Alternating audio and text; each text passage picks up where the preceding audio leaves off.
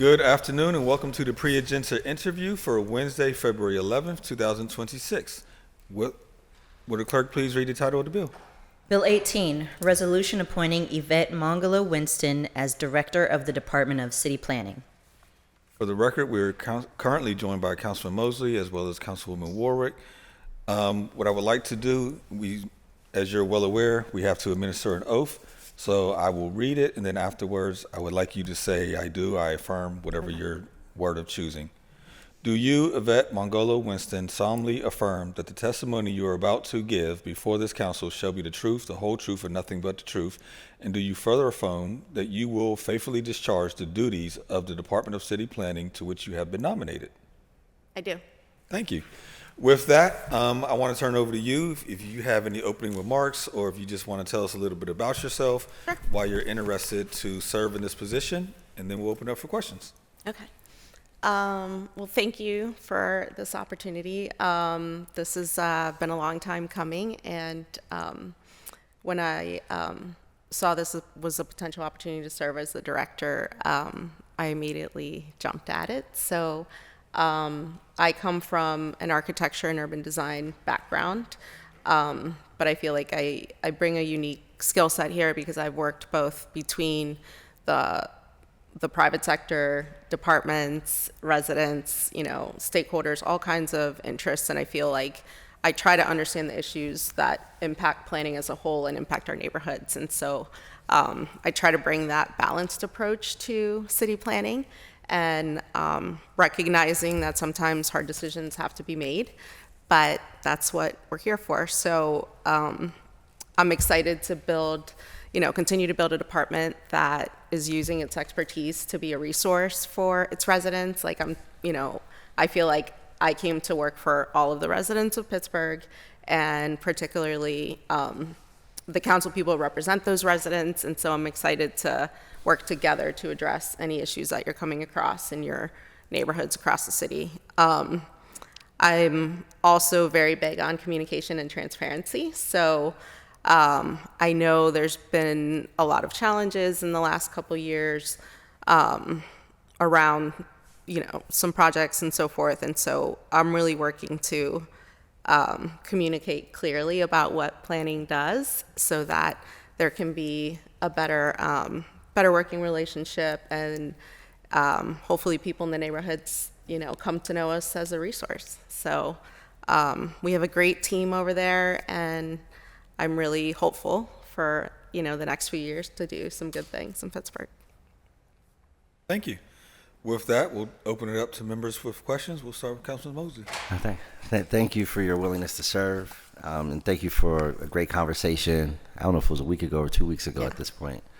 We had an opportunity to touch base, and obviously we know each other very, very well.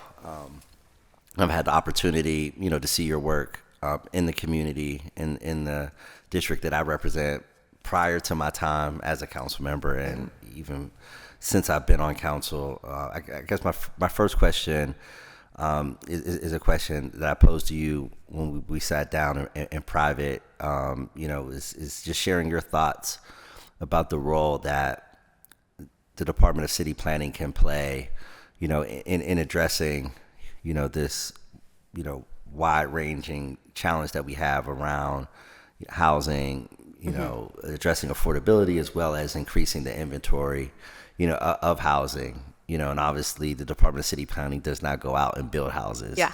And I think that's important, as you say, of clarifying, the role, but, clearly there is a role to play in that larger, ecosystem. Yeah.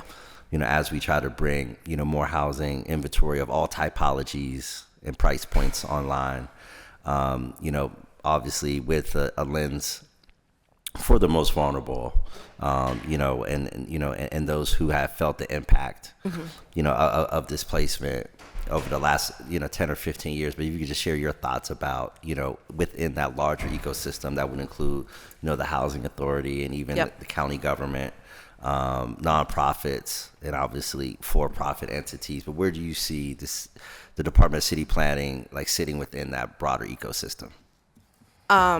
Well, I am hoping that city planning is going to serve as both professional expertise on best practices nationally and a convener in these conversations. So, our job is, all these people are trained around like, what can we do to build more housing, to keep it affordable, to ensure a mix of types. And we need to really be exploring like every tool at our disposal nationally. And we know some stuff that has worked and not worked, and we know there's some stuff at the table. But I do believe also in incremental change, and that we need to make progress on the low-hanging fruit and then continue to expand further opportunities for housing. And I think, we have to constantly keep in mind all of the, residents of Pittsburgh, and like you were saying, that includes the most vulnerable. It includes middle-class families like Gerard and I, it includes like people that, are at higher income levels, and we need to try to figure out how to find a middle ground that helps the majority of our residents in the city as a whole and is not pitting us against each other. I think there's a lot of, There's been a lot of like us versus them and sort of like people pitting each other against, and I think we all want to make a better city, and we need to figure out how to work together to get to those solutions, and acknowledging that not everybody's going to get what they want all the time, but we are incrementally improving the city and making sure that we protect the people that are here, and we give them options to grow old in their neighborhood if they want. I would like to see my kids come back to Pittsburgh, and so I'm on a mission to have this be the city that they want to come back to, even though I have a freshman in DC.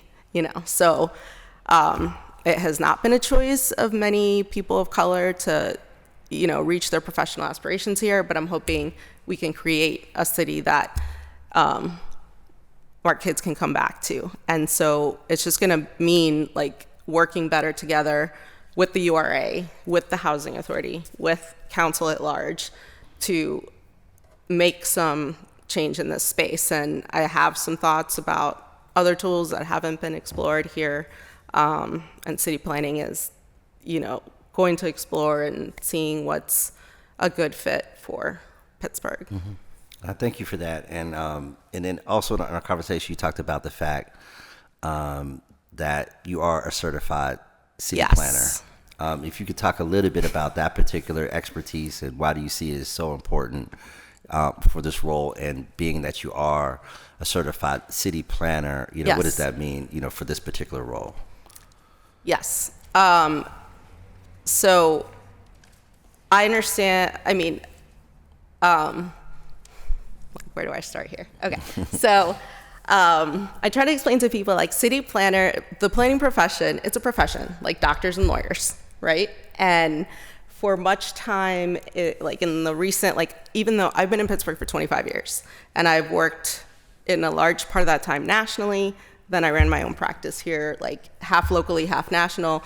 But I feel that city planning has not owned its role in providing professional expertise on a lot of these issues.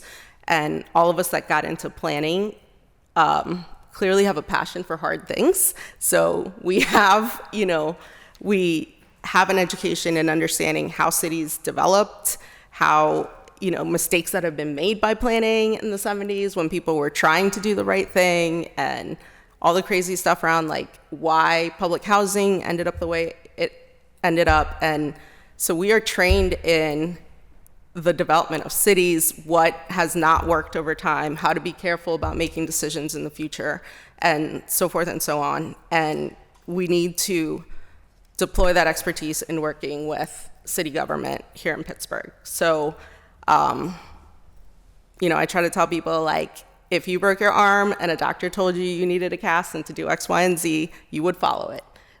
These people at planning, we have the professional education and expertise to make recommendations.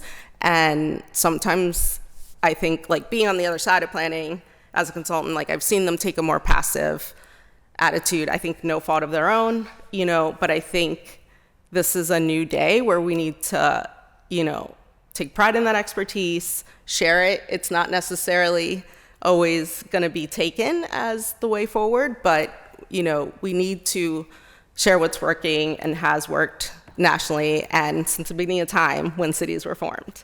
And just hopefully, come to respect, I think, the expertise of the profession as a whole.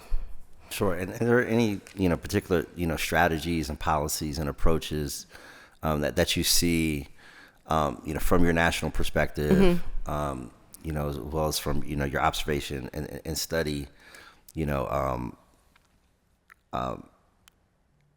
you see particular cities? I mean, because I think sometimes, we'll look at Austin and Seattle and Minneapolis and know, like, they're in a much different place. They're actually kind of where Pittsburgh probably was, like, in the 1930s and 1940s, as far as, their growth.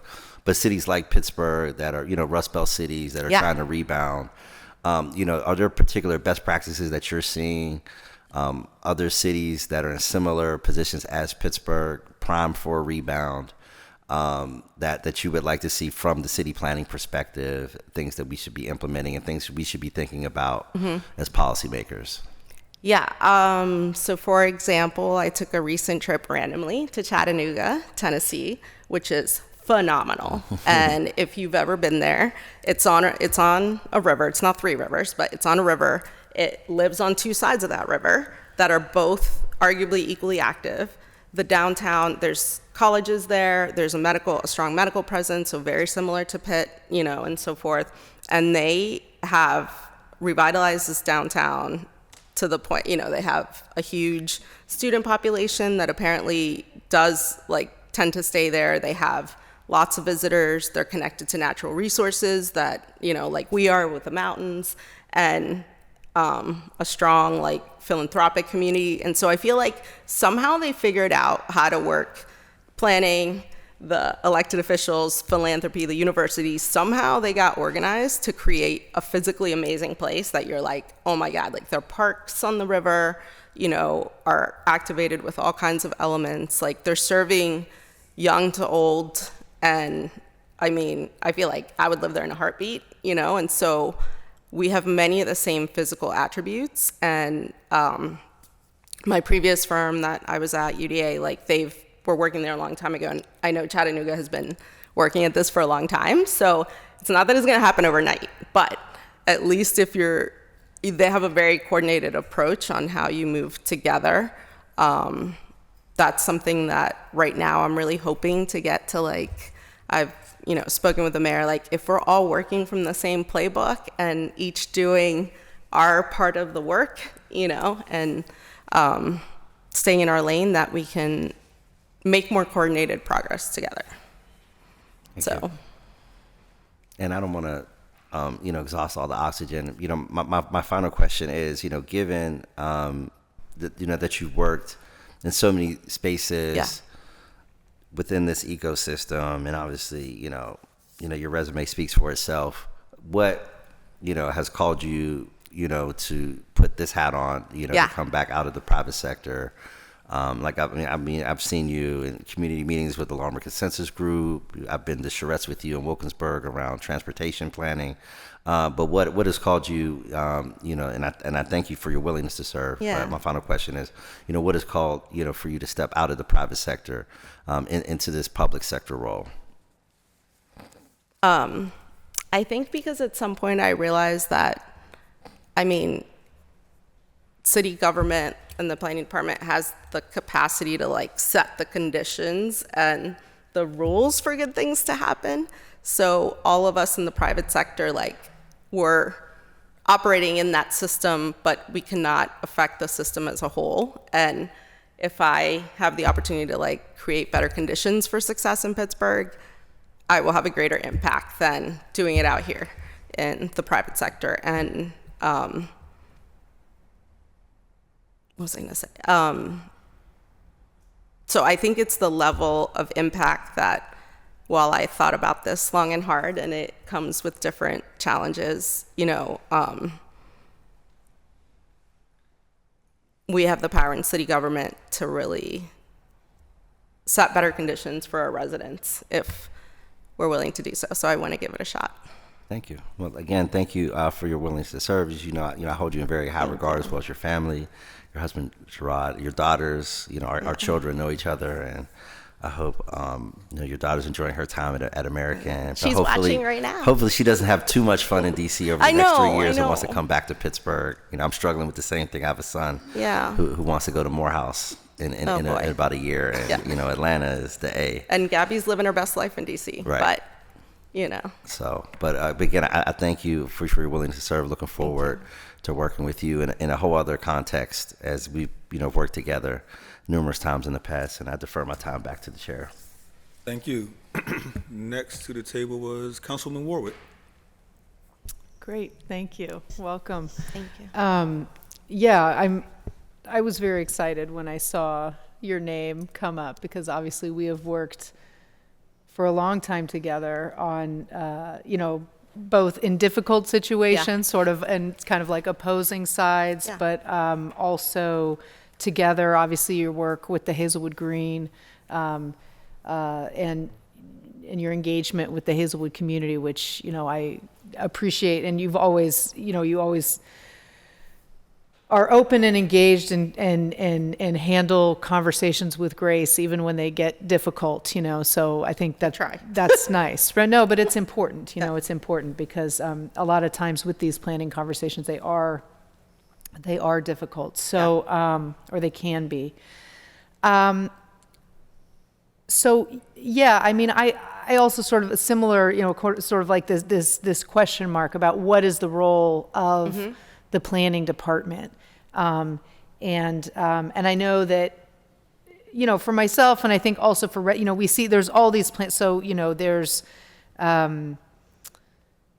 PRT's got a plan and we're doing a plan and the county's doing a plan. And then the school has this thing going on and like all, and then there's our utilities and all. And so it's like, are any of these things talking to each other, or are they kind of operating in silos? And then even within this, I sort of would be inclined to see the planning department as sort of like the glue that holds, that fits all the other departments into each other so that we are all talking to each other, whether that's communication with council members, again, other bodies of government or departments. So I don't know if you have any comment on that. Yeah. I'm hoping to get to the point where we're the glue.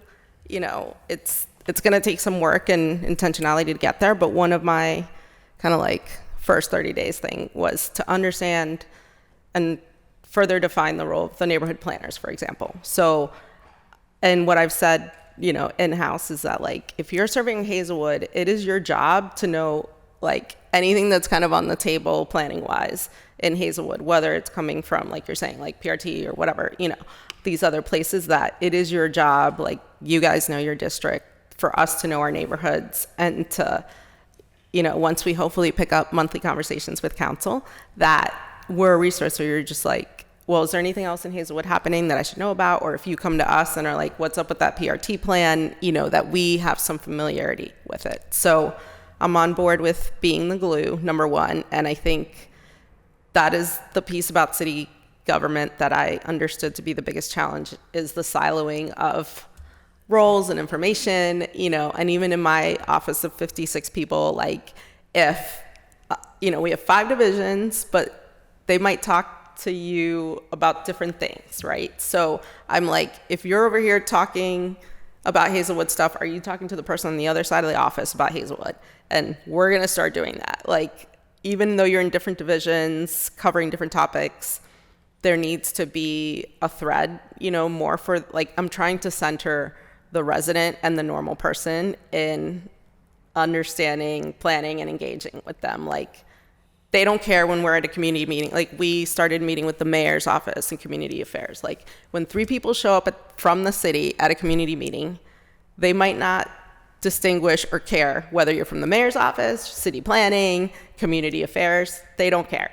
They told somebody at the city and they hope that it gets addressed, So I've spoken with the redevelopment people and community affairs in the mayor's office, and we're trying to have a coordinated approach of like, anybody who's touching like physical land use things needs to meet quarterly. We're going to try to set up quarterly. Anybody who's like on the ground doing engagement, like your staff, community affairs, our engagement people are going to meet quarterly also, and stay at least in constant communication. So it is one of my missions, I guess, to get there. And any ideas from you guys, like I think in my one-on-ones, I have proposed, monthly check-in meetings or whatever works for your district and staff. And I'd like to see more staff-to-staff communication, that hopefully is ongoing so that less things fall through the cracks. Yeah, I think I'd be curious to hear your thoughts about, so one thing I noticed specifically with you, right, working in Hazelwood when Yes.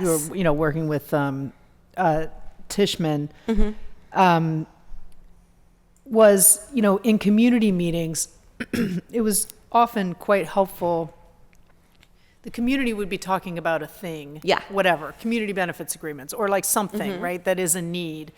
And while I appreciate the role of the neighborhood planner to kind of listen and absorb, it is also very helpful to have someone who can advise. Yes. And who can help organize and be like, okay, so, for example, this is one thing that comes up, and we know, everybody knows they want a community benefits agreement, but what is that? How do you put one together? Like, how do we get started? Yeah. And it's not something that I have the bandwidth to do, and so I'd love to hear your thoughts on that. Yeah. Yes.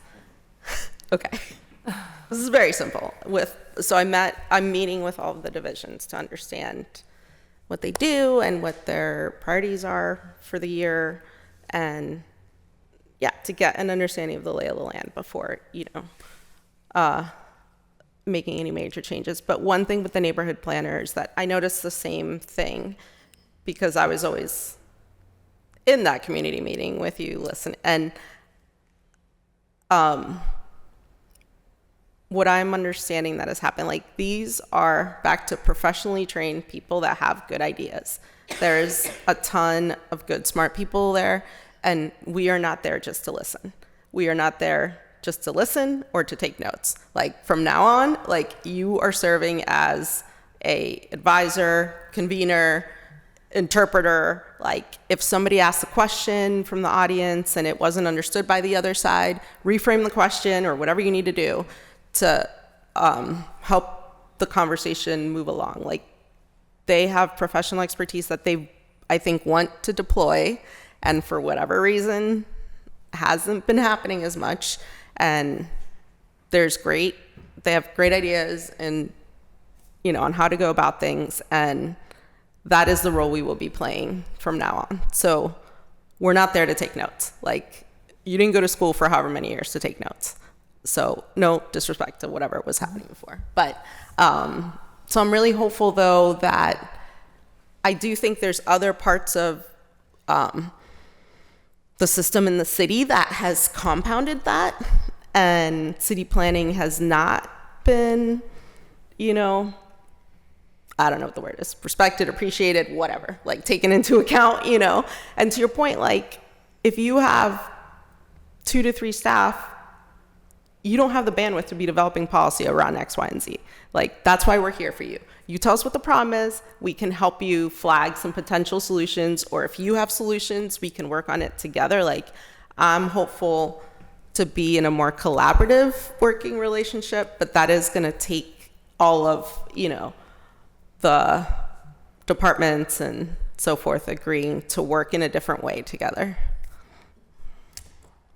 Well, that's very good to hear. That's very good to hear. I mean, even just yesterday, somebody called me, who's active, in the Hazelwood community, and was like, "Oh, what can we do to sort of inform our immigrant folks about, about what's going on with and resources and whatever." And of course, it's like, yeah, that's a great idea, but like, where to begin? I mean, I have someone in my office I can task with that, but it would be very helpful to have somebody in planning who's also able to be like, all right, what are the resources? How do we get that information out? How do we get the Know Your Rights stuff out to our immigrant communities in different languages? I mean, things that it would just take an enormous lift for me to even begin, right? Yeah. So ideally you would call us and tell us that you got this request. Yeah. And we might be helpful, or we might be able to point you to another resource if we don't know, but at least we can be one of your first phone calls.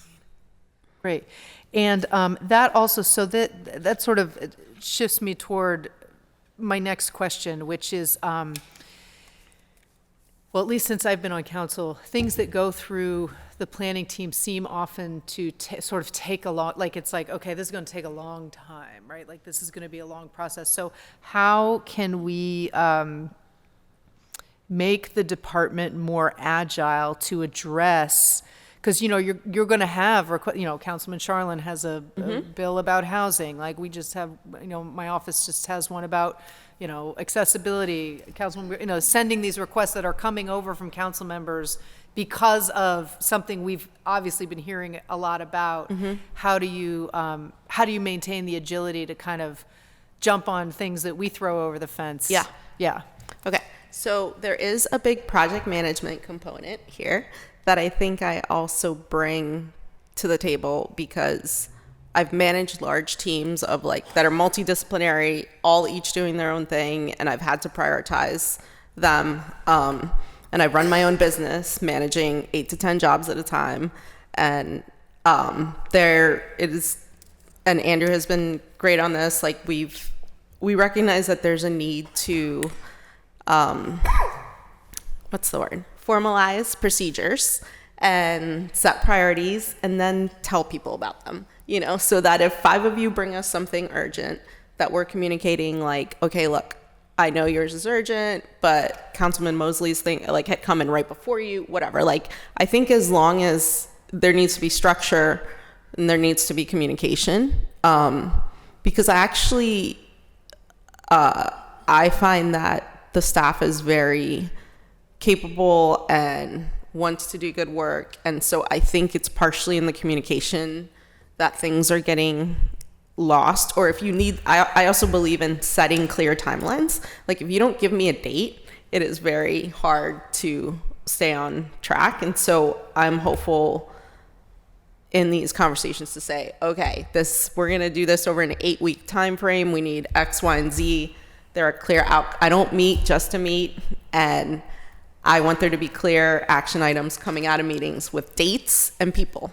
We can't just assign people to things. There needs to be dates, because it helps all of us. It helps me to stay on track and everybody who's working on it. And it sets, and that's the only way you can have accountability, right? Because otherwise it can be a task that goes on for however long, And there are some, I think, private sector things that it's different in city government that I'm learning, but some of those practices have to be more structured. There's just no way to serve 9 of you and run the projects we're running and 56 people in the mix. You have to have these management structures in place. So we're on a good path to put those all in.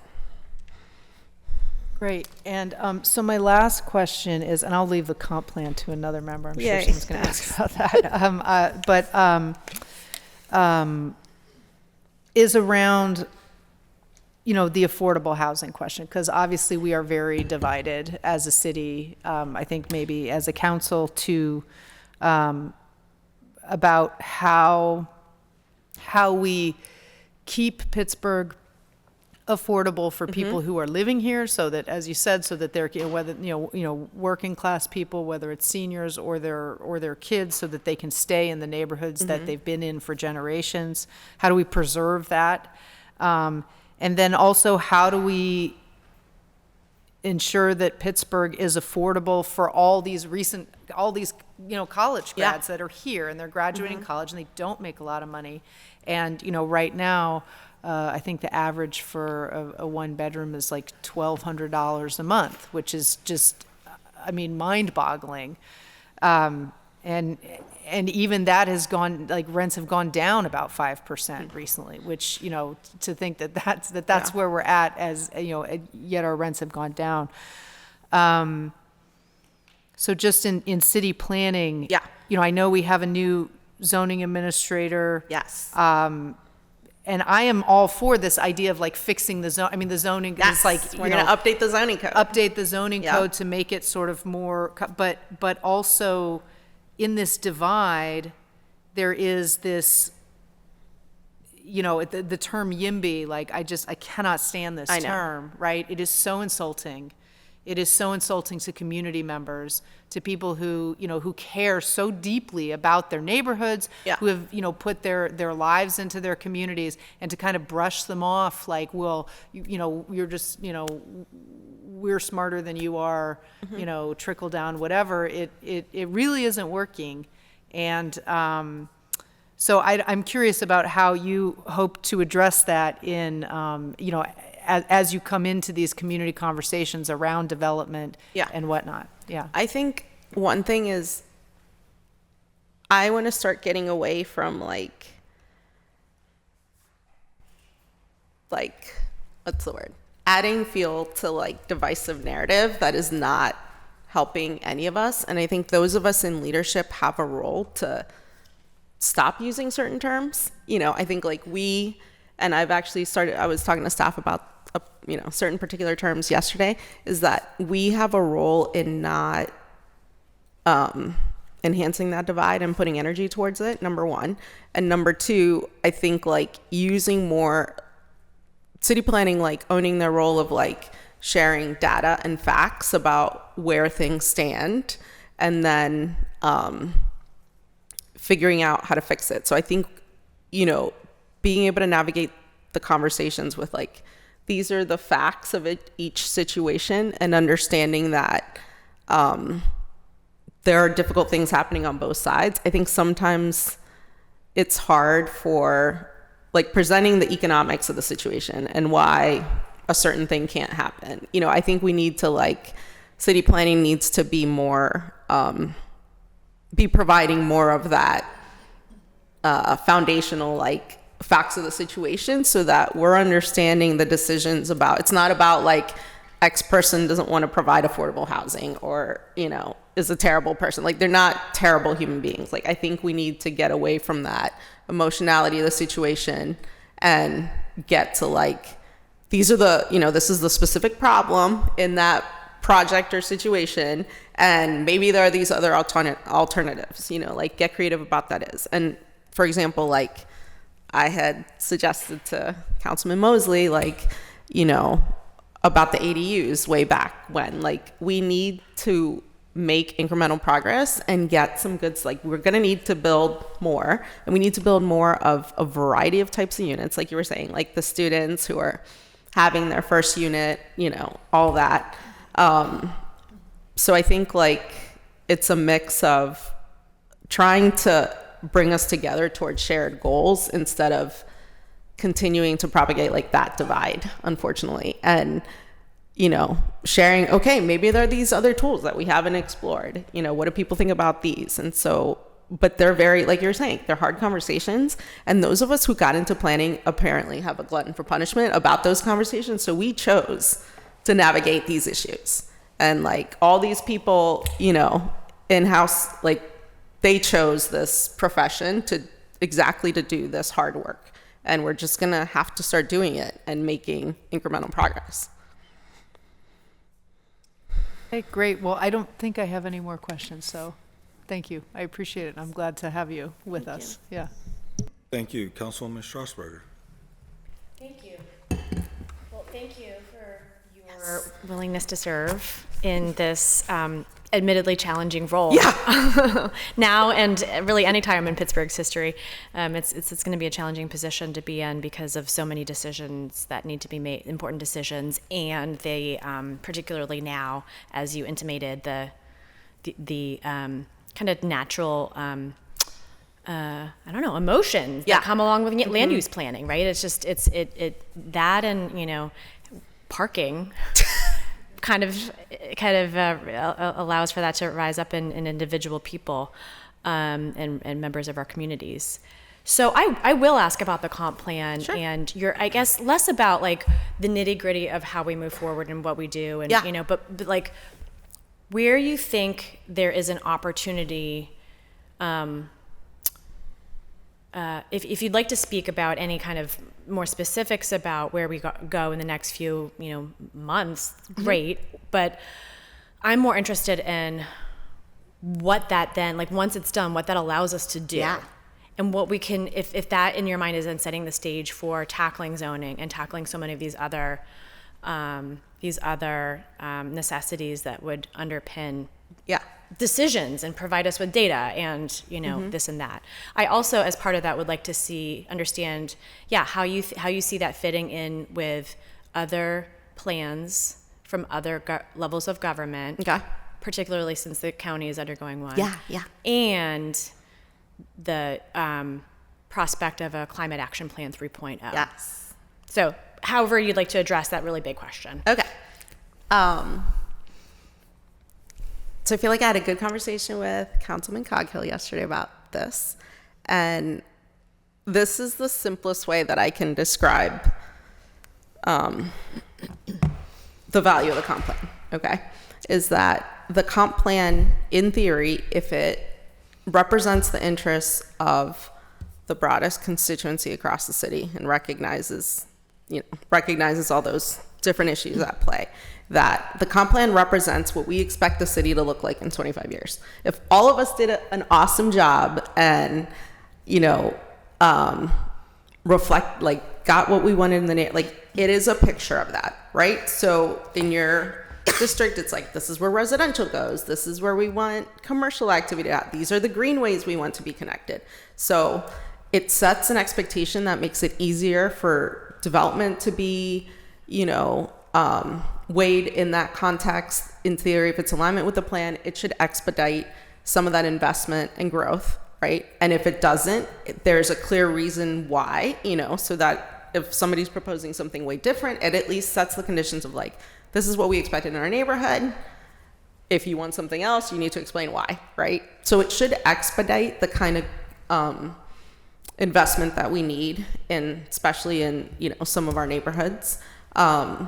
And it also shows a united front. Again, supposing that government, city government, the various authorities, everybody is contributing to the plan together. It represents a unified vision just to allow things to happen more smoothly, policy-wise, development-wise, everything. It should help all of us.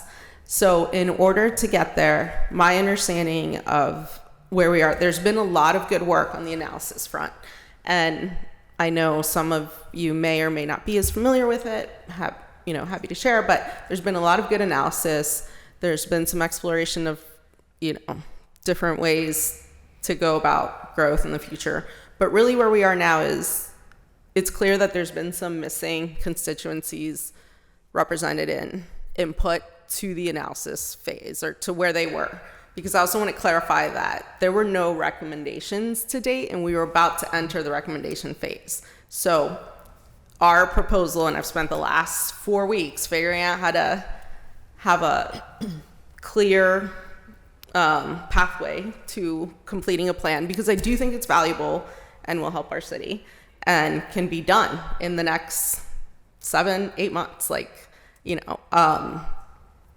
is to identify clearly who was missed or what constituencies were not at the table, engage them in a very specific way about, where we are in the plan, and then particularly, some of the committees that will be looking in more detail, and now head towards a preferred plan. And this is the other thing about planning. I don't believe in planning that can't get built. These are not, this is not some abstract plan that makes some good idea. If you can't build it or actually accomplish that, don't put it in the plan. It's not that hard. So it needs to be economically feasible. It needs to align with the goals of, council, the mayor's office, everybody. People need to be bought in, because otherwise it's a waste of time.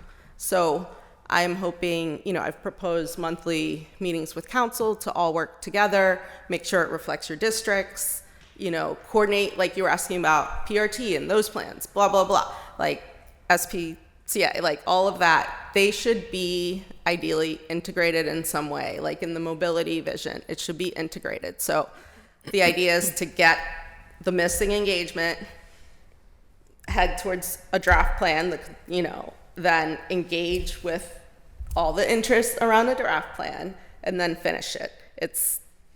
And have a very clear, as we were talking about management, like clear list of timeline, deliverables. You should be able to check off that those things were done. And, but again, like that presupposes that people are willing to engage in the plan, that council, everybody else who may or may not have been, are willing to engage in it representing what you want to happen. Because that is our end goal. That has always been planning's end goal. Maybe got lost in the mix somehow, but I see it as a picture of like what you want your district to look like 20, 25 years from now, period. And then, so we have a land use plan, and then you develop the policies to make that plan possible, which will include zoning recommendations, and those will be considered when we hopefully someday rewrite the zoning code. And so when we rewrite the zoning code, that Yes. that would sort of be a natural outflow of Yes. the plan. Yeah. Would that address the fact that we have like half and half, like half the city is what, like Euclidean, and half is like form-based, and it's just it's different master plans in different neighborhoods? Yeah. Like, would that be the goal, and is that something that we also can accomplish as a product after the?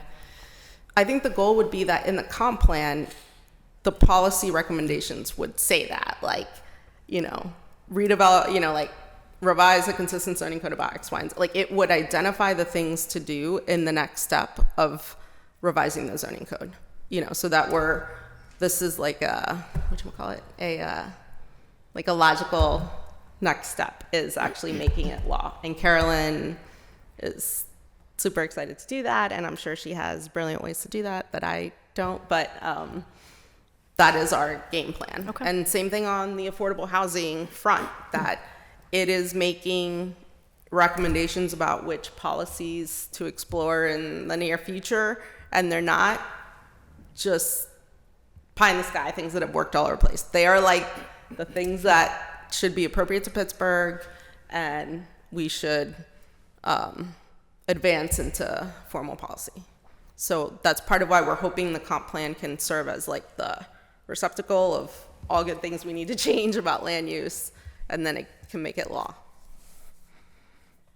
And do you think there's room in the comp plan or separately for an update to our climate action plan? I forgot, I'm sorry. No, that's okay. It was a big question.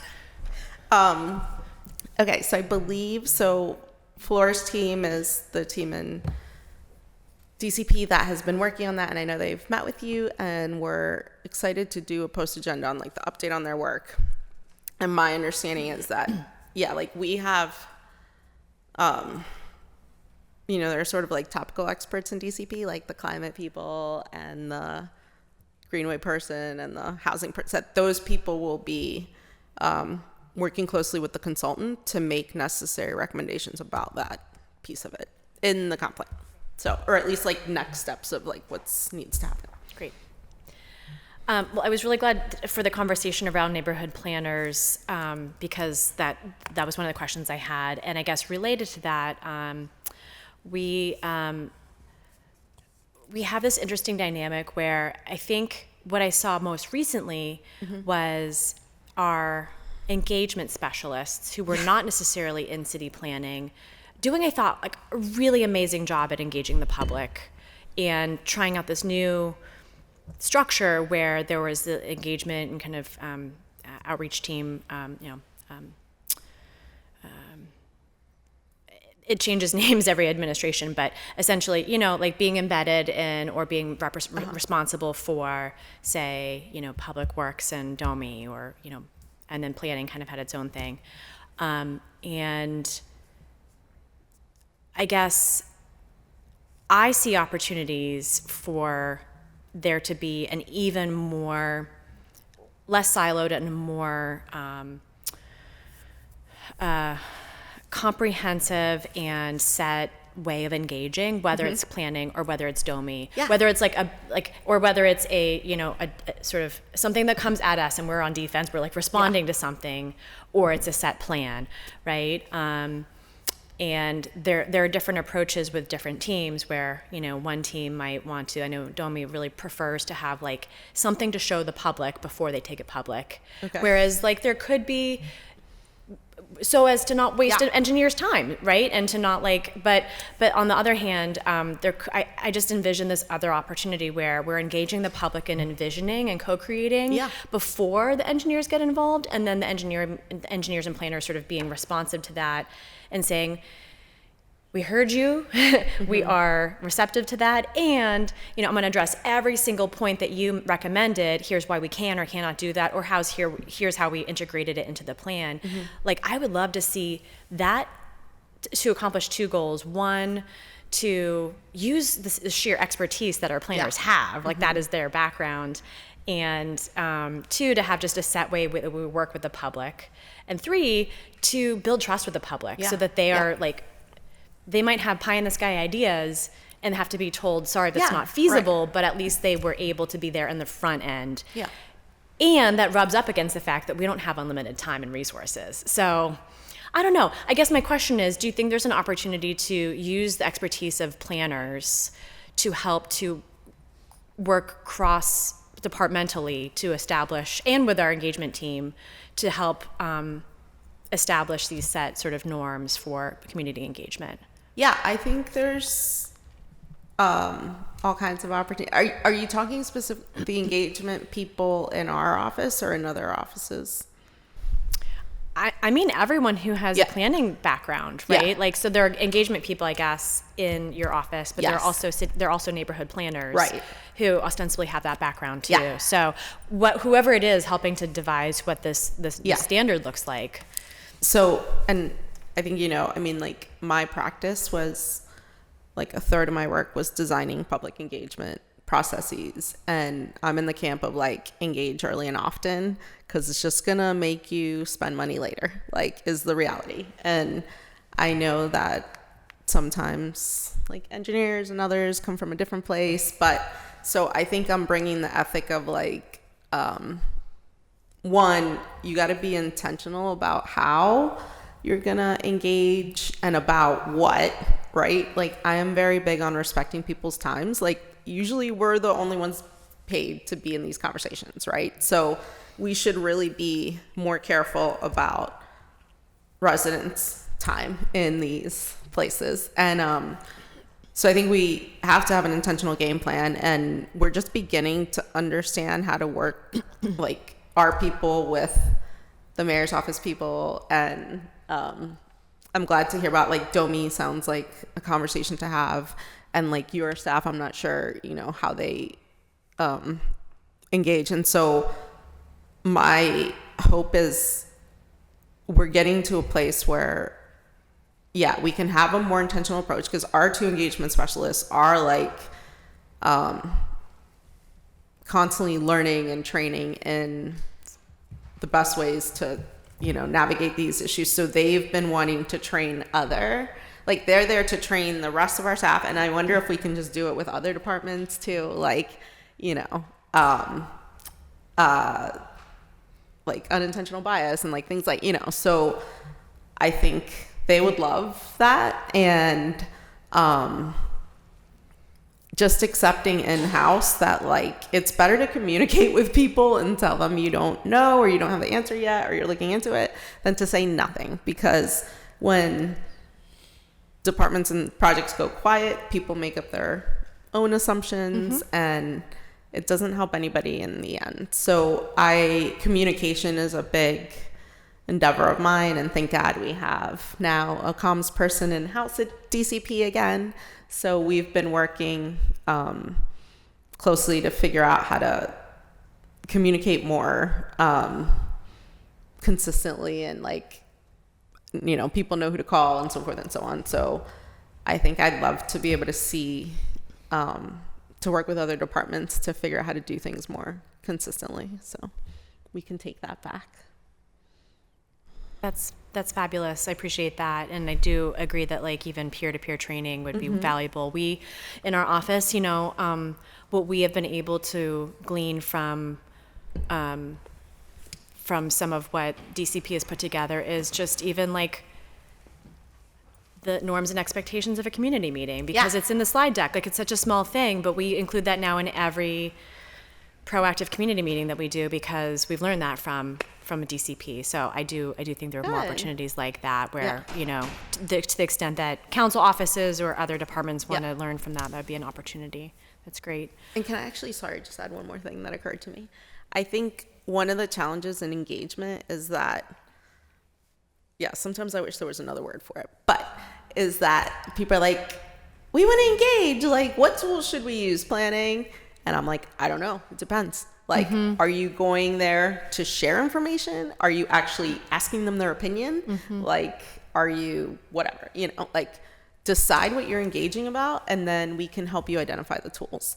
And I mean, I used to do this with clients, and I think that's what we should all collectively be asking ourselves before you even worry about how many meetings or what tool or if there's a survey. What are you asking of people? And not jump the gun to like scheduling meetings and doing things until you're like crystal clear. You open that meeting with like, we want to get your input on X, or we want to share X thing. Like, that's what really, I think, the general public gets annoyed and things go south, is just like a lack of clarity, a lack of where did the information go at the end of the meeting. Close it properly. This is what you can expect to happen at X time, not at some unknown future, you know? So I think we need to hold each other like to that standard to be more clear with participants in the process, you know? Well, my only ask is that you continue to remind, I guess, all of us, I don't want to speak on everyone's behalf, like, of your expertise and abilities, like, collectively, down, you know, to all the way to, you know, everyone in your department, because I think it's going to take a little bit of a reminder as to what everyone is. I feel like we need to like send you a menu of services. You know? Would not oppose that. Okay. To remind us of how we all can work, you know, in an integrative way. And and I just ask that you know, especially for council, that you just give us a call, give us a heads up, you know, like, we all want to work together better, you know, so give us the chance to do that, you know. So much. Thanks, Council President. Thank you. Councilman Charlin. Thank you. And I will not be too long because we talked a lot in my pre-interview here. I really wanted to start with kind of asking the question. You've now been in the department about a month. Yeah, this is week 5. Week 5, okay. Yeah, I just started week 5. And I'm just curious, like, so far in your experience, what do you think is going well? What have What's you going been well? pleasantly surprised by Yeah. in the Department of Oh my God. Planning? Everybody is amazing. They're brilliant. They're kind. They're passionate about the work. They have great ideas that have not necessarily made it to the public eye. So it is a very solid team of people that want to do good work. And my deputy, Andrew Dash, has been amazing in getting me up to speed and working together. And so I feel like we have a really complementary skill set. So I feel like everything in-house is good. Good. Well, that I like that answer. So one of the things that the planning department did in previous iterations and has updated that I think we have really poured over was the housing needs assessment. As far as the reports that planning puts out, some mean a lot to some people. The housing needs assessment, I think, is one that a lot of us have really poured over, and you might have different interpretations of some of the things that are in there, but ultimately has guided a lot of the work that we've done. And I believe at this point it was updated in 2022. It's almost time. I'm curious. Yeah, I was curious if you had plans to look at an update on that again. Yes. I just talked to Andrew Dash about that yesterday. He has always had, he he told me it was time to update it. I don't have the exact time, No, but we can get that for you. So yes, it was time for an update. And then I also didn't realize that the hope is that I don't know if it's in this update or over the coming updates, that eventually it's something that DCP can do in-house. So the goal is to have DCP updating it continuously to like be current. So I thought that was cool. Yeah. Yeah, that's great to hear. Again, I think depending on kind of your interest area, there are a lot of other reports and plans that planning puts out, but I think the housing needs assessment was. And it is something that like it gets older faster. I get that. So like I feel like it is one of the ones that there has to be a game plan for how quickly you update. How often you update it. So great. With that, in talking about data around housing, I know I talked to you about legislation that I've introduced here about a housing completion dashboard. Yes. And wanted to, I talked to you about that, and I held it specifically so that you would have time to process that and be prepared to move on it. And I just wanted to find out, have you looked into that further? Have you, it comes up, I believe, next week for us. Okay. So, if there are things that you would like to amend in it, we need to talk about that sooner rather than later. I do intend to pass this, and, I think it's something that council as a whole, we're all supportive of having the best data. We can disagree about the policies afterwards, but let's get numbers in front of us. Yeah. So here's the little bit that I have dug deeper into, and I had a good, I had 2 more housing deep dives yesterday with our housing planner and Andrew. And one is that you need data to be able to count change in something. So I 100% agree of how we get to a consistent dashboard that tracks the number of units built and so forth and is accurate, so that, again, getting away from rumors, narrative, we're going to use data, right? If I can jump in on that, to the point, the real estate community keeps track of how many units come open. They sometimes blur municipal lines, but I heard a number from what they believe we built last year, which is wildly different than the numbers that I think a lot of us have been talking about by scales of magnitude. And again, there is a number. This is a thing we can count. Yeah, there are universities that can provide all kinds of resources to count them. So we need to use the map data expert people to solve this problem. And so all that to say is that, we'll look closer if we have any recommendations, but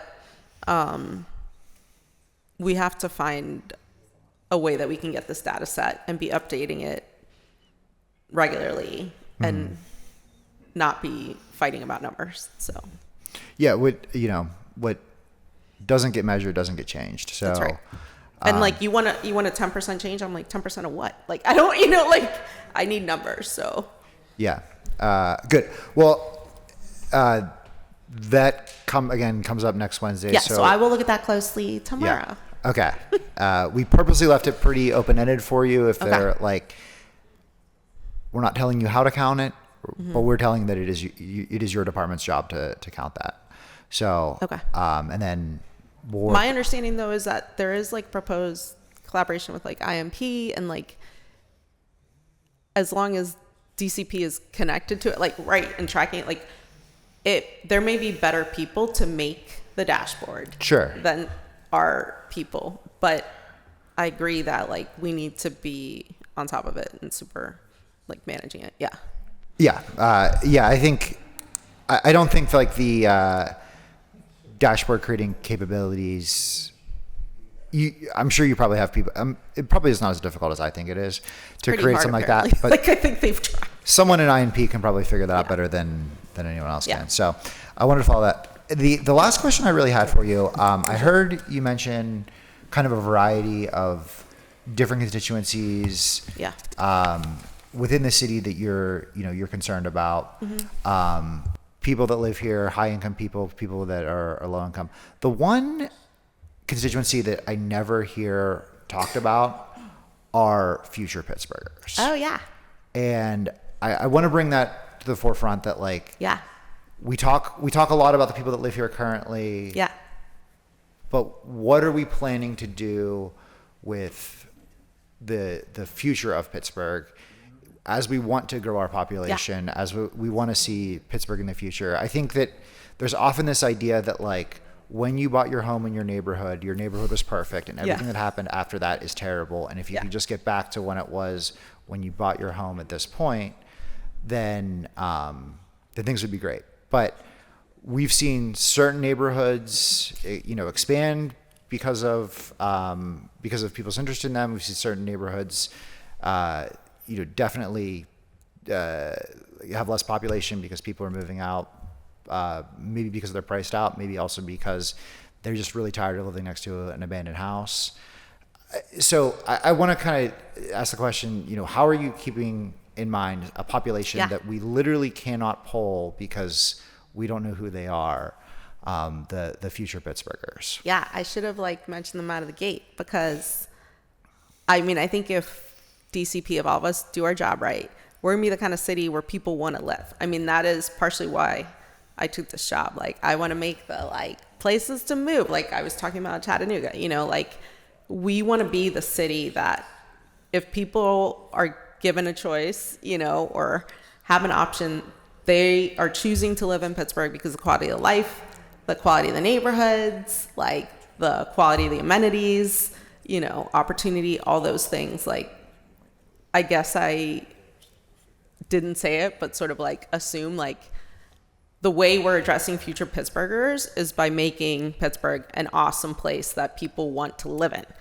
That's why the university kids are going to stay here and get married here or not and grow their families, whatever. I want to be top 5 places to live. It's Pittsburgh, we have amazing things. Gerard and I came here from Maryland, which we consider home, but we stayed because the kind of life our kids have in the community. And honestly, while the two of us didn't have the same level of professional opportunity as we would have in DC Metro, the quality of life here was awesome. So if we can make both of those things happen, Pittsburgh has amazing physical assets. We should not be wanting for people to move here. And they shouldn't be moving here just for some random job, right? So hopefully you're going to make your neighborhoods amazing places to live. Yeah, I think that's really what I want to see out of the Department of City Planning is one of our colleagues in her stump speech would always say, I'm a Pittsburgher by choice, not by birth. Yeah. And I think of that as a compelling argument that we want to make everybody make that choice. Yeah. To be Pittsburghers of the future, and my hope is that the Department of City Planning is building towards that. So. Yeah, how people are retiring to Lancaster for some reason? It's cute and all, but I'm just maybe people will retire to Pittsburgh, because it's walkable, there's institutions, there's museums, there's stuff to do, there's the rivers. How do we become that city? And what's missing? So great. Well, thank you very much. Thank you. I was really excited to see your name pop up as a nomination here, and I'm really excited to be able to work with you and in your department. Thank you. Thank you, Councilwoman Gross. Thank you, appreciate it. Well, I did step out of chambers there, so I missed the last part of the conversation, but I've been taking notes on the other questions. I suspect that this question hasn't been asked even when I was out of the room, but it's on my mind, and we, as you probably know, have a gender equity commission at the city. And we've had conversations over the years about basically, gender in city planning. And it's really not something that we have yet incorporated, although we've kind of done a much better job at doing things like looking at the city's organizational chart, looking for gender equity. We've looked at things like we pushed our like outreach workers for gang violence intervention to make sure they were not ignoring girls, and they have mentors, which is great now, and found that it was a really, really productive. They found really productive engagement. Similarly, there's like an entire branch of kind of like women in urban sociology, or in like geology, even like feminist geology and things like that. And then there are some countries that are really looking at how our urban spaces neglect gender differences. Are the trails too dark? Yeah. Are the parks only have recreational activities for boys and men? Yeah. Right? And so I'm wondering kind of like, is that a skill set that you have in the department now as a member of the Gender Equity Commission? We brought this up, I think, when we first passed the legislation, which is nearly 10 years ago now. Okay. But it really hasn't been something that the commission has tackled as an issue. So we're talking again, planning for in parks, in public spaces, rights of way, spaces for girls specifically. So thoughts, I have lots of thoughts. Luckily, I'm a girl mom, so here we go. I have 2 teenage girls, and I'm in that camp of like, you don't walk home alone. Like, I don't care if you're in Shadyside or some other place, like, just don't do it. You know what I mean? Like, and unfortunately that you have to think that way. We were just talking about Ubers, and like, it might be different there's like the kid Uber thing for people who have boys versus girls in a kid Uber, right? Like, there's just different considerations that we can pretend aren't there, but they are. So there's a couple pieces. I'm very big on engaging and educating youth also in the planning profession. Like, we have a ton of women in the department, so I'm curious to see.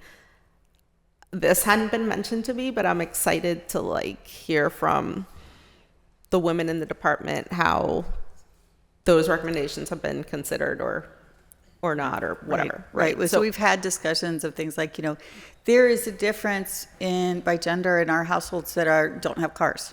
Yeah. Right. And so we know from the Women and Girls Femisphere work, which is again 10 years old, that our needier households are female-headed households with children in the home, right, by and large. There was a time when the majority of those households were seniors, but I believe that we have a different distribution now, and our neediest households are moms and kids. And those tend to, again, need to access things by transit or by foot, right? And so journey to school, journey to groceries, food. It's been probably almost 10 years since we did the healthy food priority access areas, which are sometimes called food deserts, but we're calling them, it's slightly different. We're calling them something else. But that data needs to be revisited, but it also, I think, would benefit from a gendered analysis. And we don't necessarily always do that. So we can definitely bring that to the attention of the department. There's actually a committee that, I'm probably going to say it wrong, but there's a team in-house that is working on all equity issues. It's like a team that is actually led by Jasmine. I don't know if you know her, but I will ask them about their work in this particular sphere. And I think even for me, this is a male profession, and I have grown up in it. I have lived it. I was the first woman to have a baby and navigate all of that and continue working in a national firm when nobody had done it. And so I have a soft spot for this. And as I would welcome an analysis by planning of where we have changing stations at our facilities. I'm not even sure we have them, let alone we've talked before about lactation areas, but to have changing areas. I'm not even sure how our public restrooms are doing. I have no idea.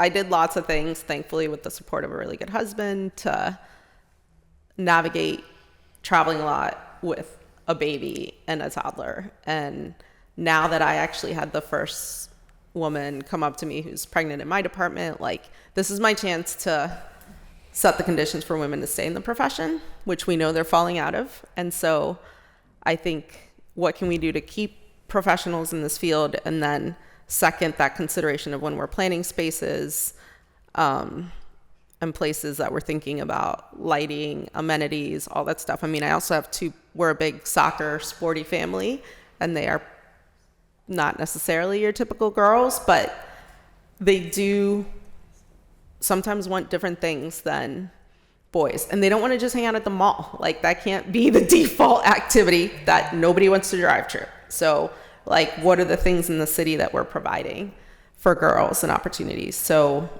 I really want to find out too, like, bring your kids, especially girls, to work days, and like how we can get them interested in I think you have a majority of city council members who have school-age children. yeah, Which is So- probably, I don't know if that's ever happened before, but it is this situation now, I think. So we have, I think an awareness, and we certainly hear from our constituents. I represent a district that had far fewer school-age children in you were it 10 telling years me ago than it does now, Yeah. right? And so there's been a turnover from kind of like a street of like older households to streets of like new families.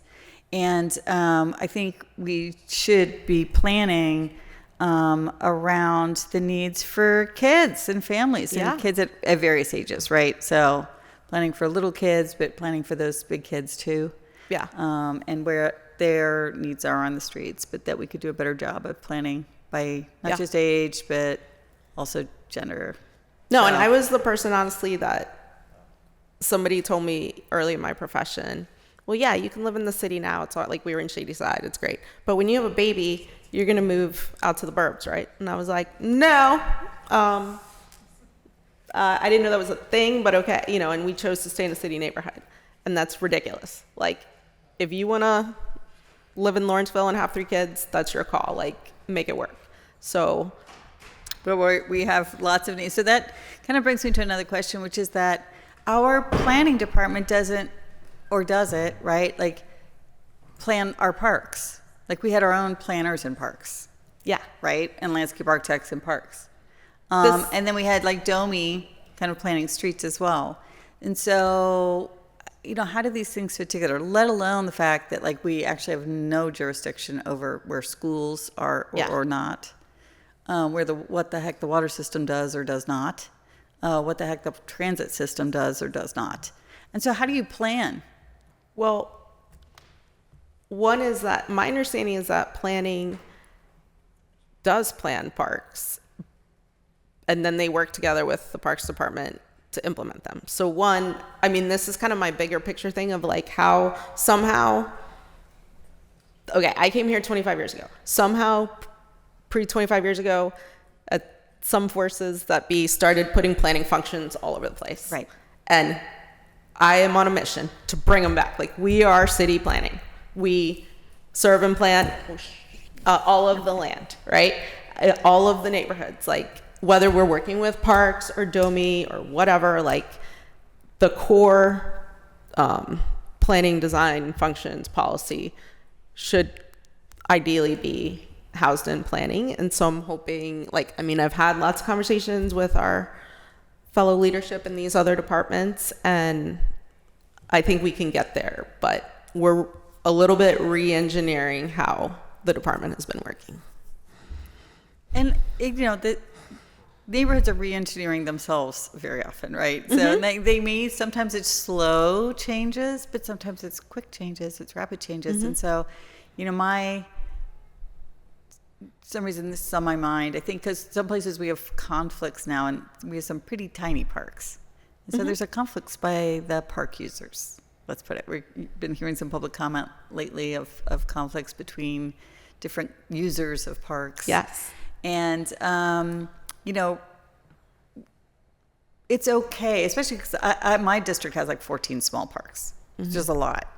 Lots of people who don't even have backyards. So there's lots of little parks, which is great. We're glad to have them. But, maybe all of the consensus for the communities around one of the small parks was like, they wanted, they didn't need playground equipment, but they had a tennis court.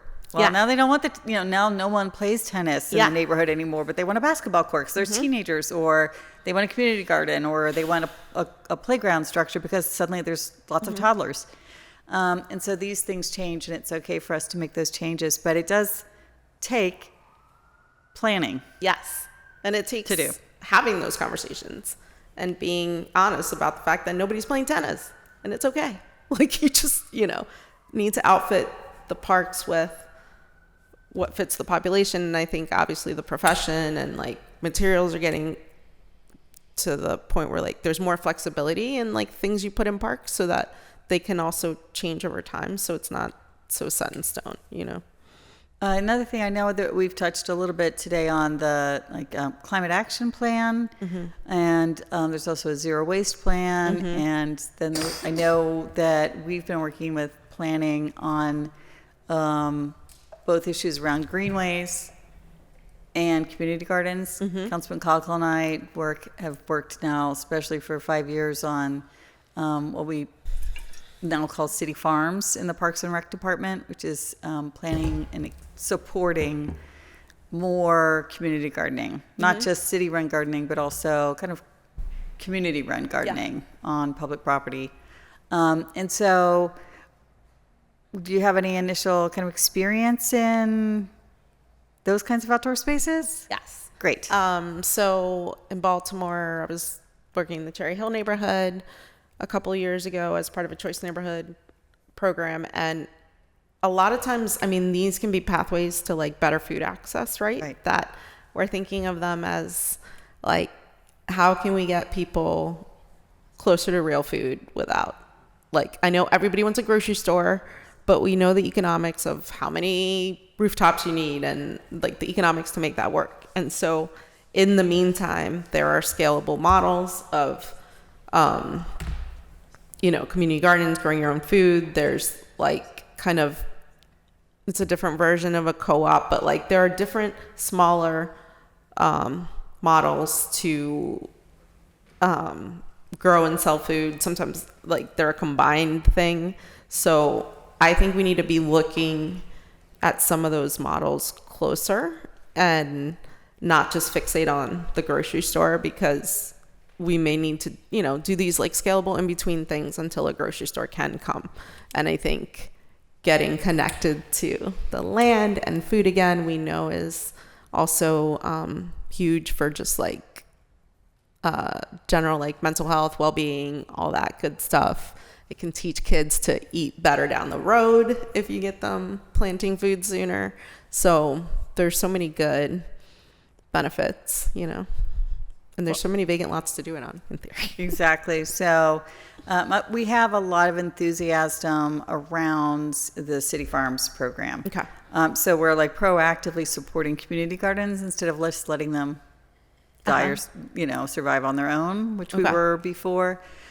So as I think we have a better kind of operations side Yeah. to supporting gardens, I think it's important to see how they fit together, both in terms of availability to the public, but also city services, right? So where are wood chips produced and stored? God knows. So, like, when it gets to be growing season, especially, we have a non-stop request for wood chips, right? so But it's funny. not necessarily like they're all kind of coming from forestry, which is over in my district in Highland, Park. So those kinds of things are a bit on the operations side. And I do have a meeting with the chief operating officers in a little bit. Okay.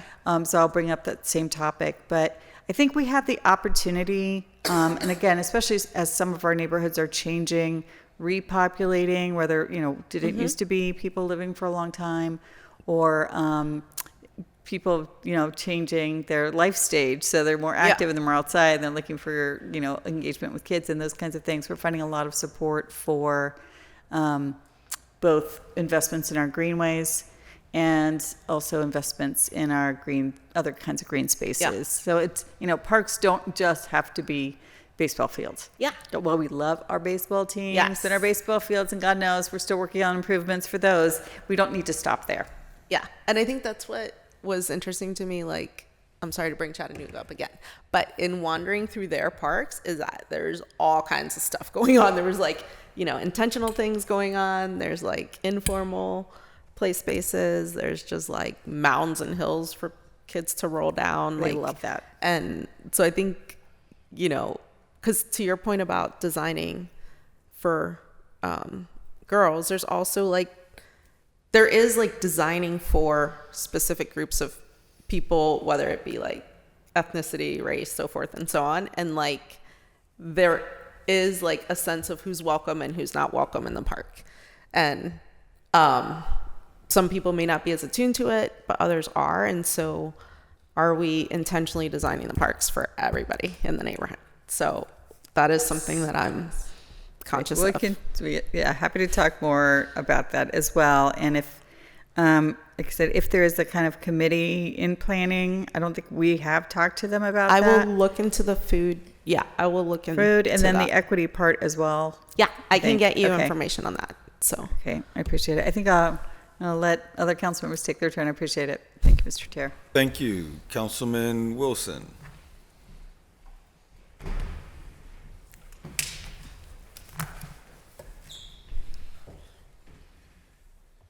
Thank you, Mr. President.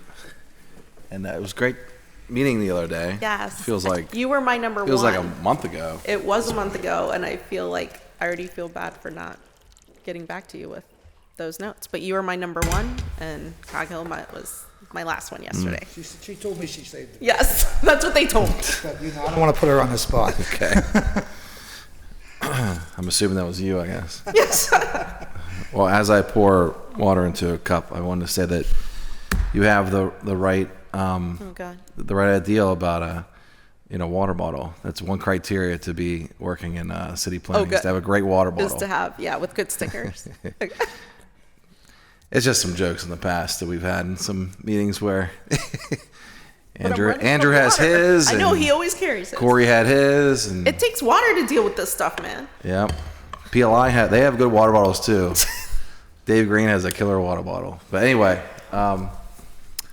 so good to have you here, and I've been listening, and I appreciate all the questions, because then I don't have to answer those questions. But I really just want to know, coming from our meeting Yeah. about a month ago, I wanted to talk about how my staff can how and what they should expect in terms of working with city planners. Yeah. And I'm excited that you are our land use chair, right? Mm-hmm. And so I feel like being in continuous communication with your particular office is going to be crucial to doing better work together. So what Andrew and I have been talking about and hoping for is a monthly check-in with you and your staff together, but then also I'd like to establish a good relationship, like communication with your staff, and appoint the planner for your neighborhood, I guess, in our office, possibly on the comp plan. Well, let me be more specific, because Okay. I appreciate where you're going with this, Okay. but let me try and narrow this. So in terms of like all our offices, like what issues do you think we should come to you with? Like, for instance, like I know to come to city, DPW with Yeah.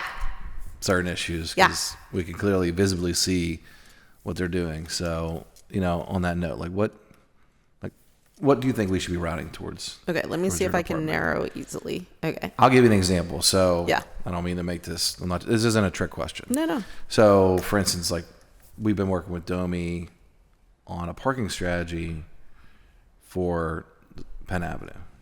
Okay. And I don't think you're involved in those conversations. Yeah, I would have to ask Andrew. I don't know. And it definitely That feels like a thing we should be involved in. well, there is some history with this, because Okay. I worked with I should give you a right title, Director Deputy. Dash. Yeah. Previously on legislation to actually pull city planning out of a previous responsibility you had with the permitting process for parking.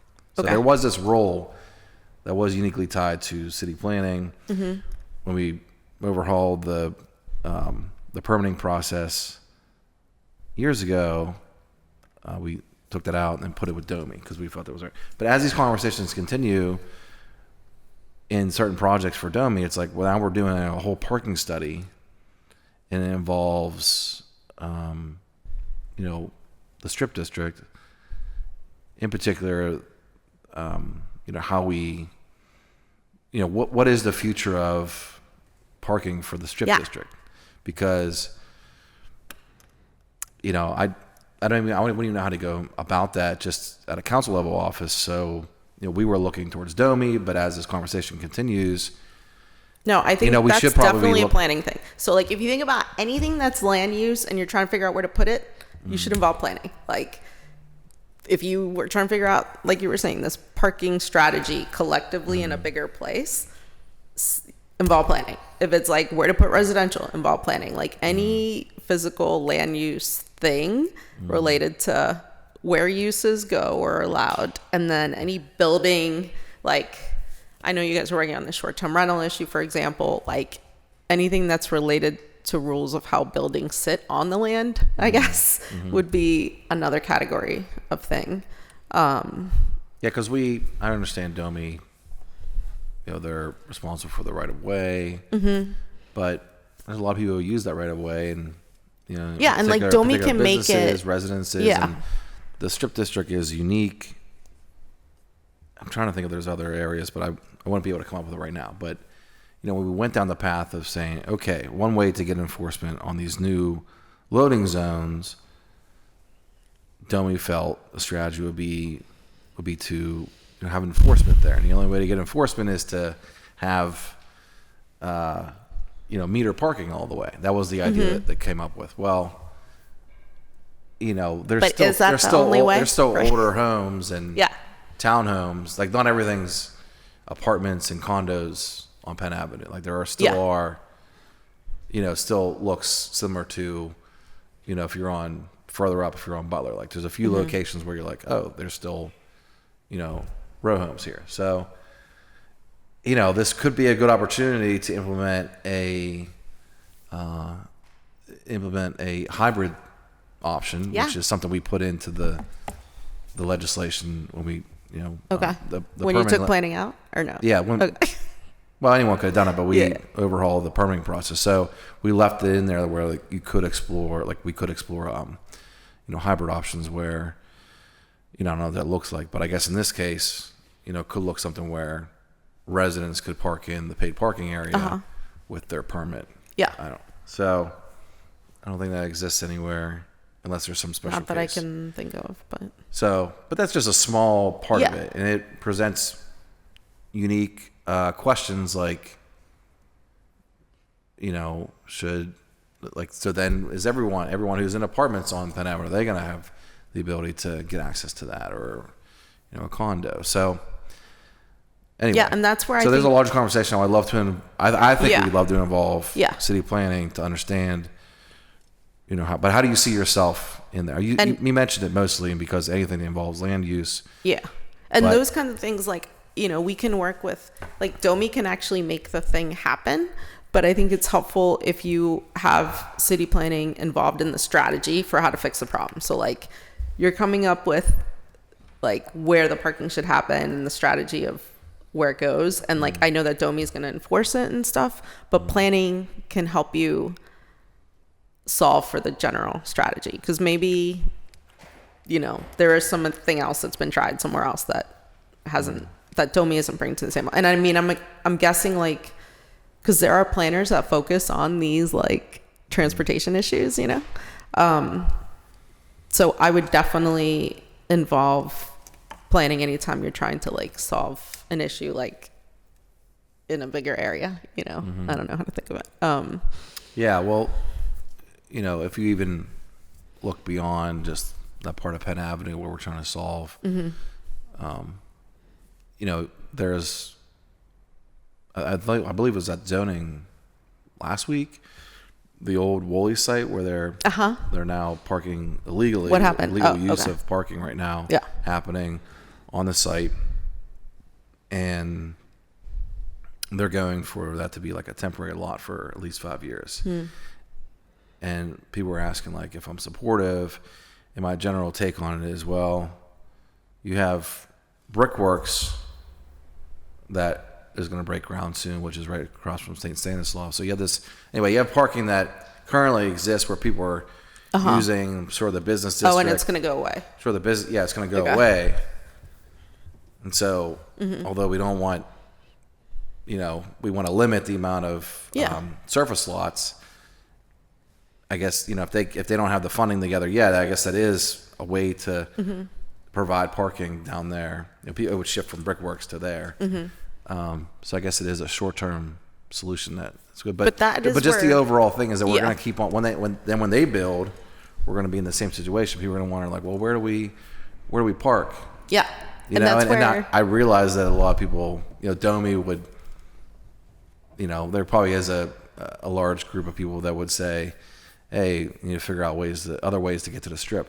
Well, but then a lot of the strip owners would say, there's a lot of people coming in from the suburbs, and they need to park. There's not like a major transit system that would bring them in like other cities. So anyway, this is a good conversation that I like to have with you, and just didn't know if you had any thoughts right now. Yeah, and I mean that's where like you can use our team to like come up with a coordinated parking strategy for like that chunk of the strip, and we can map it for you and like legitimize why, so that share the facts with you, and then you can decide like this is why we're doing the parking over here. And as things evolve, like you have something that you can also explain to residents more easily. This is our approach. It's not just like a free-for-all that we're opening up lots left and right. So I'd like to get to a place where like planning is helping you figure that out, and we just do that as like a mini project, so Okay. Just an open-ended question. Are there things within the next any sort of projects or priorities that you're looking at in the next couple months that we would see from city planning from side? city planning? Yeah. We actually have a whole list in my office of like internal and external things, but so most of it might be a surprise, but I just didn't know if there is big things on our anything that you're seeing right now that you think, well, I'll make it even more broad. Anything you're seeing right now where you're like, this is what I need to be successful in this role. Yeah, because like I said, everything in-house is great. Like we have the talent and the willingness to do good work. I do need better communication across departments. I need, I guess maybe more proactive communication. Andrew and I are formalizing like how we work on legislation with you guys in the mayor's office. So like agreeing to keep each other on the loop, and so we're not, just hearing stuff out in the street or whatever. I think like more proactive communication from the various departments, because we can do our part, but there's only so much we can do. And if you're not sure if it's something we can help you with, just ask, and then we can be like, no, this is not our thing. You should work with Domi, but at least we're not just like shut out at the gate. So give us that opportunity, because there are a lot of like technical experts in-house about different things, and they want to do the work. So I think those are two big things. Okay. In the past, we've seen some city planners at community meetings just I want to say randomly, because they were there to introduce themselves, and they did show up at the meetings a few times in my areas, and I just didn't know, would we expect to see that? Or so that's another good third thing is like, let's get agreement on how our neighborhood planners are working with you guys and in the neighborhoods. Like some of you have more have better relationships with their neighborhood planners than other people. So I'm trying to get like consistently, so that generally you would know which kinds of meetings they're going to and why they're there, and which kinds of meetings they're not at. So I'm trying to update their just roles and responsibilities. So like if we can kind of like agree to that, and if you tell us like if there's something that's not clear, but so you have an expectation of how they're going to work. Well, yeah, that'd be great. Yeah. So I guess, so that's in progress, and something I think I've said to each of you is meeting one with us like over the coming month or so. Like I know my assistant's trying to get them all scheduled, is like meeting one. We confirm the role of the planners. We hear from you on your top issues. Like I have a list from all my meetings, but we confirm like what else planning should have their radar on, Okay. All right. Well, any further questions? Thank you. Thank you. Thank you, Councilman Kakia. Oh, thank you, Mr. President. So, thank you. It's Ivette. Ivette, not Ivette. yes. Ivette. Ivette. Okay. Thank you, Ivette. And thank you for the conversation the other day. It was, as I told you today, I didn't really need to come here and interview, but I did want to address a few things while we had some council members here, so I don't have to have independent conversations throughout concerning the comp plan. Yeah. But before I get into that, I did want to piggyback on what Councilwoman Gross was talking about with our City Farms project that we have been working on for some time.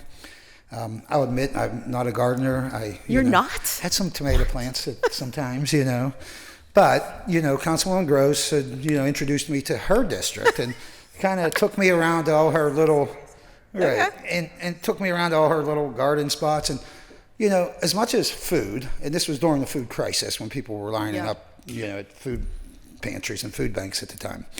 But as much as that, what I really liked about it was the social aspect of it, and it really was like I could see the excitement in people's, the energy that it brought and just brought the community together. So one thing I do have that Councilwoman Gross doesn't have is lots of land, and lots of grassy areas that we could grow food.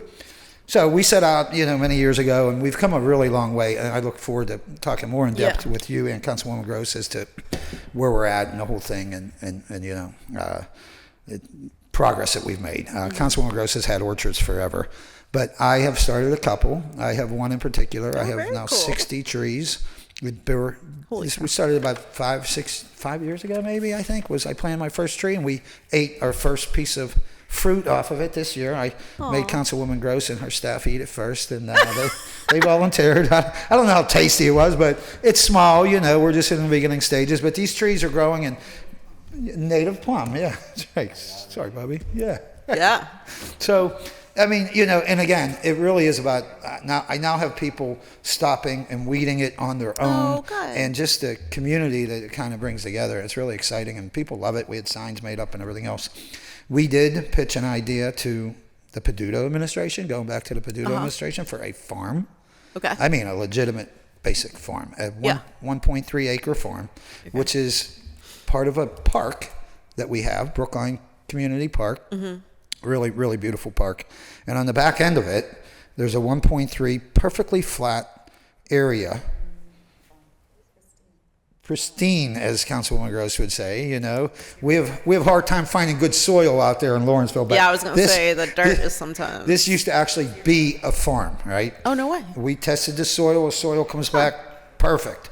And when we want to talk about not only growing food, but the social aspect where kids from all the city could actually visit this farm that we proposed. And we did much more than just propose it. We have we spent $22,000 to, what was the name of that?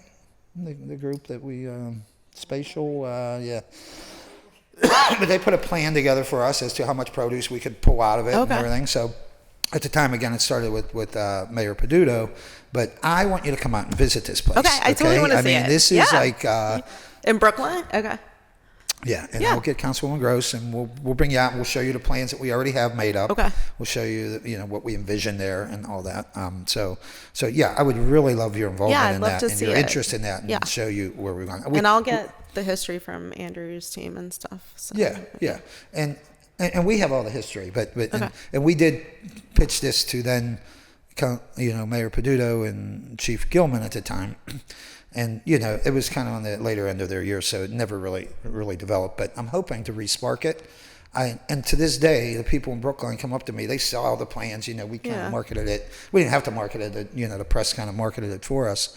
And they say, when are you starting a farm? I want to work on the farm. I have volunteers, a wide variety of volunteers that want to work on the farm that we haven't built yet. So we have a lot of pieces in place. Yeah. And it really is, again, it's not so. Yes, if we could feed people, that's great. But to me, that's a fringe benefit. I feel the social there's like the capacity of it. community aspect, there's like the education aspect. Yeah, and not just for my community. I'm telling you, this. If what we envision, what we had planned is something that we'd bring kids from like all all around. the other schools could teach them how to come plant and- potatoes and whatever, right? Yeah. So I'm really excited about that. I'm really excited. We have a new administration that I feel is going to listen to us and take it seriously. And it starts with you, as you said to Councilman Wilson. Anything on land starts with planning, so we're going to start with you, Thank okay? you. And we're going to get you out there at some point All right. when the weather And I permits. wonder if like you could work with like Tree Pittsburgh and some other we've worked with organizations. all of them. They're all on board. They're all signed up. They loved our idea. Okay. They've all came out to the site and visited with us, and So we got everybody on board basically at this point. So Okay, well, we'll figure all we out. need is administration and a few bucks, and it's part of our City Farms program. So it's already. A lot of components are in place, including an employee and a truck. So, yeah. So, and there's not much there to do. I mean, obviously there's a lot of work there, but we got such a beautiful piece of property there to work with. So I look forward to that. Okay. Awesome. And I just want to piggyback off what Councilwoman Gross was saying, and we will set that up with you. Yeah, we'll schedule that visit. in spring. Awesome. Okay. When the weather breaks. Okay. So what I wanted to do while I had some other members here was talk to you about you and I, what we talked about as to the comp plan. Yes. And you knew that obviously that I put in legislation that Ixnay that rested at $2 million. Yeah. We have since put that on hold. Thank you. And I'm going to just give them a brief synopsis as what we talked about. Awesome. You could correct me if I'm right or wrong. And then if any questions they might have on this, I want them to chime in too. So we talked, and what I asked you was, do you feel you need the comp plan for you moving forward? And you said yes. Yes. And as I told you then, we all wanted to finish the comp plan. We have $4 million invested in it. We don't want that to go by the wayside and just be like a waste of $4 million. Right. The comp plan, whether you believe in a comp plan or not, I didn't want to leave that money out there. But we also weren't happy with the way it was being spent. We weren't happy with the engagement. Not only, it wasn't just me, it was 6 of us that said, we'll stop that money right now until we get, a firm grip as to what is the data. Yeah. So in our conversation, Ivette has informed me that there is good data there. Yes, there's a lot really to good go off of. analysis. Right. Yep. Right.